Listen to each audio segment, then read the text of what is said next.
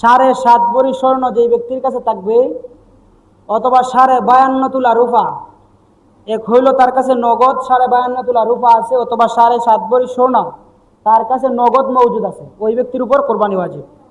অথবা 7.5 ভরি সম পরিমাণ সম্পত্তি তার কাছে আছে, অথবা 52.5 তোলা রূপার সম পরিমাণ ওই ব্যক্তির কাছে সম্পত্তি আছে, মজুদ আছে, ওই ব্যক্তির উপর কোরবানি ওয়াজিব। এখন বলতে পারেন হুজুর সোনাও নাই রূপাও নাই, ক্ষেত গৃহস্থী আছে। এখন আসেন আসল প্রশ্নে। আপনাদের এলাকায় কৃষিকাজ বেশি, সম্পত্তির মালিক বেশি, জমিনের মালিক বেশি। এক কথায় জানা থাকা দরকার, যেই পরিমাণ সম্পত্তি, যেই পরিমাণ ক্ষেত আপনার আমার বছরে খাবারের তলে ব্যয় হয়ে যায়, ওই পরিমাণ ক্ষেত বাদ দিয়া বাকি যে পরিমাণ ক্ষেত আছে, বাকি যেই পরিমাণ ফসল ফলানোর জায়গা আছে অতিরিক্ত, হতে পারে এটা দ্বারা আপনি বিক্রি করেন, তার দ্বারা সম্পত্তি আরো অর্জন করেন আপনি। একজন ফ্যামিলিতে যদি 8 জন লোক থাকে, 2 ক্ষেত জায়গা যদি সে বছরে করে ঘরের ভাত খাইতে পারে, বাকি 8 ক্ষেত জায়গা করলো তার একটা বিজনেস, ধান বিক্রি করবে, ওই ব্যক্তির উপরেও কোরবানি ওয়াজিব আসে। যদি 52.5 তোলা রূপার সমপরিমাণ আর্থিক ধান হোক টাকা হোক তার কাছে মজুদ থাকে, তার উপরেও কোরবানি ওয়াজিব। কথা ক্লিয়ার? বুঝাইছে সবার? যদি বলেন জুম্মাবারে হুজুর ওয়াজ করছেন, আল্লাহর দরবার আল্লাহ হুজুর বুঝাইয়া কইছেন না, কোরবানি দিছি না, বাদাম আমার উপরে আইব না, আপনার উপরে আসবে। আবার বলতেছি, আবার বুঝেন, 52.5 তোলা রূপা আপনার কাছে পিওর খাঁটি সরাসরি মজুদ আছে, অথবা 7.5 ভরি স্বর্ণ আপনার কাছে আলমারিতে ঘরে যে কোনো জায়গায়, অথবা বান্যার কাছে বন্ধক আছে, যে কোনো জায়গায় আপনার মজুদ 7.5 ভরি স্বর্ণ অথবা 52.5 তোলা রূপা আপনার কাছে, এক হইল সরাসরি সোনা রূপা আছে, আর এক হইল তার সমপরিমাণ টাকা আপনার কাছে আছে। অথবা আপনার গাড়ি আছে, বাড়ি আছে, যেমন অনেক মানুষের বাড়ি 2টা, একটা বাড়িতে সে থাকতে পারে, তার সবাই নিয়ে থাকা যায়, কিন্তু আর একটা বাসা বানাইছে ভাড়া দেওয়ার জন্য, তার থেকে বছরে 52.5 তোলা রূপার সমপরিমাণ টাকা, তার চাইতেও বেশি আছে, ওই ব্যক্তির উপর কোরবানি ওয়াজিব।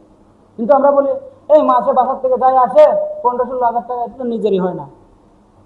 যদি আপনার এটা হয়ে থাকে যে শুধুমাত্র এটাই দ্বারা আপনি ফ্যামিলি চালান, অন্য কিছু নাই, তাহলে যদি এই বাসার টাকা দ্বারা, এই বাসায় ধরেন 1 লাখ টাকা বছরে ওঠে, একটা ফ্যামিলি চলতে গিয়ে 1 লাখ টাকার ঊর্ধ্ব খরচ হয়, তাহলে আপনার উপর কোরবানি ওয়াজিব হবে না।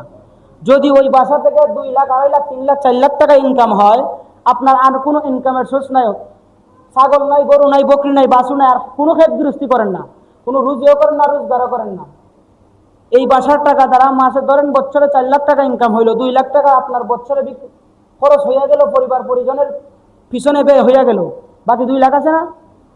2 লাখ টাকা দ্বারা 52.5 তোলা রূপা কিনা যাইবে না? যদি 1400 টাকা বড়ি হয় রূপার, তাহলে কত টাকা আসে? 1 লাখ টাকা হয় না সম্ভবত। বছর শেষে যদি 1 লাখ টাকা আপনার কাছে মজুদ থাকে, আপনার উপর কোরবানি ওয়াজিব। এখন আপনি 1.5 লাখ টাকা দামের, হতে পারে হুজুর কুরবানি কেমনে দিব, গরু তো একটা 1.5 লাখ টাকা, আপনার 1.5 লাখ টাকা দামের কুরবানির কথা বলা হয় নাই। আপনি ছাগল দেন, ভেড়া দেন, দুম্বা দেন, যেটাই পারেন দেন, অসুবিধা নাই, তবে কুরবানি আপনার উপর ওয়াজিব, দিতেই হবে। এখন আসলো পুরুষদের শেষ, মহিলা অনেক আছে দেখবেন, পুরুষ থেকে এখন মহিলাদের সম্পত্তি বেশি। জামাই বিদেশে থেকে প্রত্যেক বছর ছুটিতে আসে, 1 ভরি স্বর্ণ নিয়ে আসে। মহিলা কি করে? বাজারে বিভিন্ন বান্যার দোকানে বন্ধক দেয়, অথবা আলমারিতে সাজায় রাখে, পরিধানও করে না। হতে পারে ওই ব্যক্তি যে কোনো একটা কানের সেট কিনবে, বাকিগুলো আলমারিতে পড়ে আছে, ওই মহিলার উপরে কোরবানি ওয়াজিব। আমরা কি তা করি? জামাইয়ের পক্ষ থেকে কোরবানি দেওয়া যায়। এমন সমাজে আছে দেখবেন, ঘরের মধ্যে বাবা এখনো জীবিত আছে, বাবা কোনো কাজ কাম করে না, সম্পত্তি সবগুলা ছেলে সন্তানের নামে ভাগ করে দিয়া দিছে। বাবা মা পেনশন, এক কথায় পেনশনে চলে গেছে, কোনো কাজ কাম নাই, নামাজ পড়ে বাজার হাট করে, আর কিছুই তার কাজ নাই। তো 5 সন্তান 5 জায়গায় চাকরি করে, প্রত্যেক বছর কোরবানির সময় 10,000 5,000 টাকা করে বাবার কাছে দেয়, বাবা 50,000 দিয়ে একটা কোরবানি দিয়ে দেয়। এখন বলেন 5 সন্তান দিয়ে দিল, 5 সন্তানের কোরবানির একজনেরও কোরবানির তাদের পক্ষ থেকে কোরবানি হয় নাই, বাবার যেই কোরবানি ফরজ ছিল না, ওই বাবার মাধ্যমে কোরবানি দেওয়াইল। কথা বুঝেন? আবার বাবা কোনো কাজ কাম করে না, বাবার কোনো সম্পত্তি নাই, সব সম্পত্তি ভাগ করে দিয়া দিছে।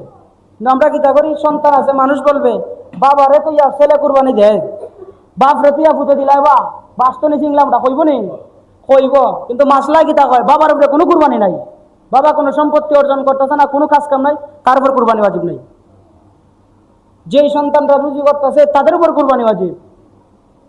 প্রত্যেক সন্তান যদি নেশাব পরিমাণ মালের মালিক হয়, যে এই নেশাবগুলো বললাম প্রত্যেকটার উপর কোরবানি ওয়াজিব। আমরা কি তা করি এক কোরবানি, কিন্তু ফরজ ছিল আপনার আমার উপরে, ফরজ ছিল আপনার আমার পক্ষ থেকে কোরবানি দেওয়া, কিন্তু আমরা বাবার নামে দিয়া দিলাম, ফ্যামিলির পক্ষ থেকে একটা দিয়া দিলাম, কোরবানি হবে না।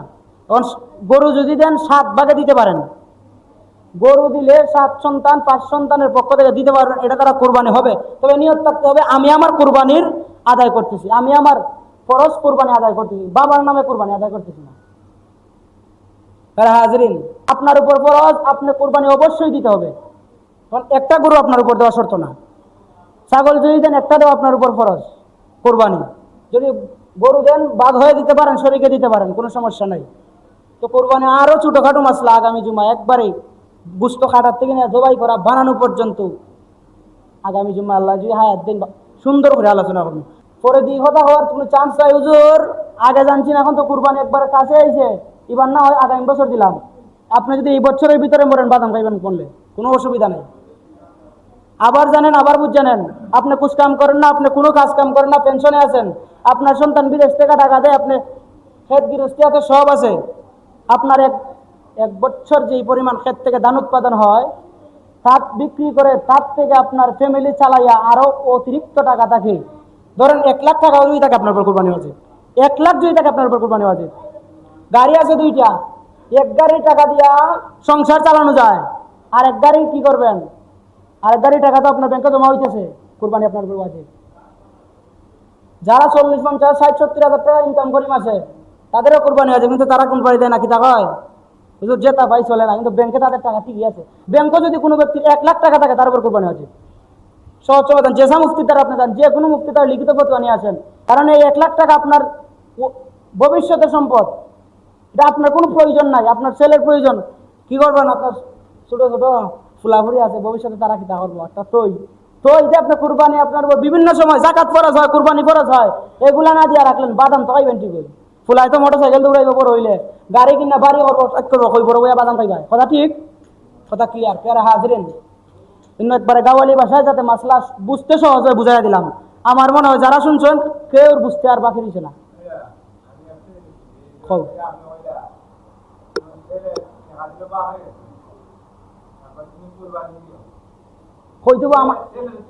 হ্যাঁ, এক হইল আমার একটা উদাহরণ দিই, এগুলো আমার খামাই করা টেকাত্তনি আমি একজনকে দান করে দিলাম, আর এক হইল আমার খামাই করা টেকাত্তনি আমার ফরজ জাকাত আদায় করলাম, বুঝছনি, ফরজ জাকাত হইলো আমার উপরে ফরজ, কিন্তু দান করা আমার উপরে ফরজ না। দান করলে করতে পারবো, কিন্তু আপনি আগে জাকাত দেওয়ান লাগবো। কুরবানি আপনার উপরে ফরজ, আপনি রুজি করেন, কুরবানি আপনার উপরে ফরজ। বাপের কাছে টাকা দিবেন, বাপ গরু কিনবে, যাই কিনবে বাপে কিনবে, কিন্তু বইলা দিয়ে না বা আমার নামের এক বাপ কুরবানি কিন্তু আছে কেন। জি,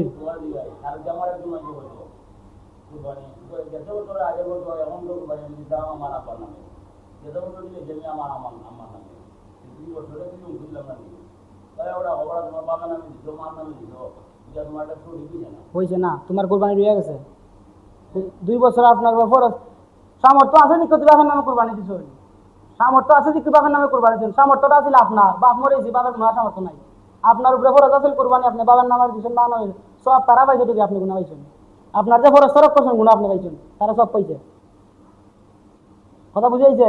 ফরজ আমার উপরে, নামাজ পড়া 5 ওয়াক্ত আমরার উপরে ফরজ, এক কথা 5 ওয়াক্ত নামাজ পড়া আমরার উপরে ফরজ, তো মসজিদ 7 করা আমরার উপরে ফরজ না, 7 পিঠা বানায় দিলাম যাতে মুসল্লি আরামে নামাজ পড়তে পারে, সব পাইমু ঠিক, আমি নামাজ পড়লাম না গুণা পাইমু আমি ঠিক, কথা ঠিক আছে।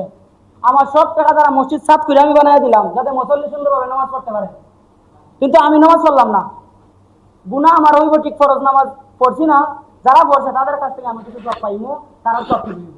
তখন আপনার উপরে ফরজ আছিল, আপনি কোরবানি দিচ্ছেন না, বাপ মা কইব পুরা সব পাইছেন, কিন্তু আপনার যে ফরজ ছিল এটা গুণা এখনো রইয়া গেছে।